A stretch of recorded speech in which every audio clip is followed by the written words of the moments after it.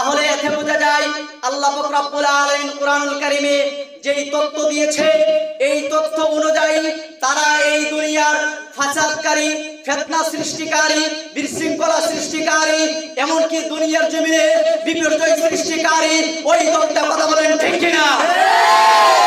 কারণ এখন বলবেন হুজুর আমরা কেন মাজার ভেঙে দিচ্ছি জানেন না? কারণ মাজারে শিরিক হয়। মাজারে কি হয়? শিরিক হয়, ইবাদত হয়। মাজারে গাঞ্জার আসর বলে।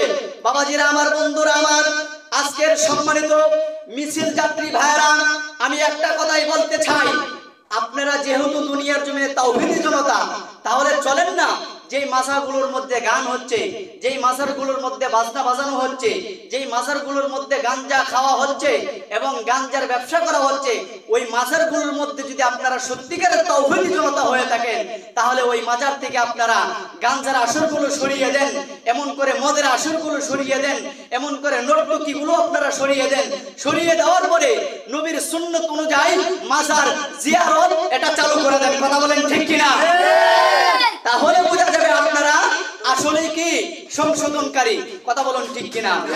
মূলত তারা সেটা না করে তারা মাজারগুলো ভেঙে দিচ্ছে। বাবাজিরা, সাহাবীদের যুগে মাজার ছিল কি ছিল না? বলেন, সাহাবীদের যুগে মাজার ছিল কি ছিল না? তাবেঈনের যুগে মাজার ছিল কি ছিল না? তারপরে মাওলা আলী মুহাম্মদের যুগে মাজার ছিল কি ছিল না? যদি সাহাবীদের যুগে মাজার থেকে থাকে, তাবেঈনের যুগে যদি মাজার থেকে থাকে, মাওলা আলী মুহাম্মদের যুগে যদি মাজার থেকে থাকে, আজকে 1500 বছর পরে ওই মাজারগুলো শিরিক হয়ে গেছে।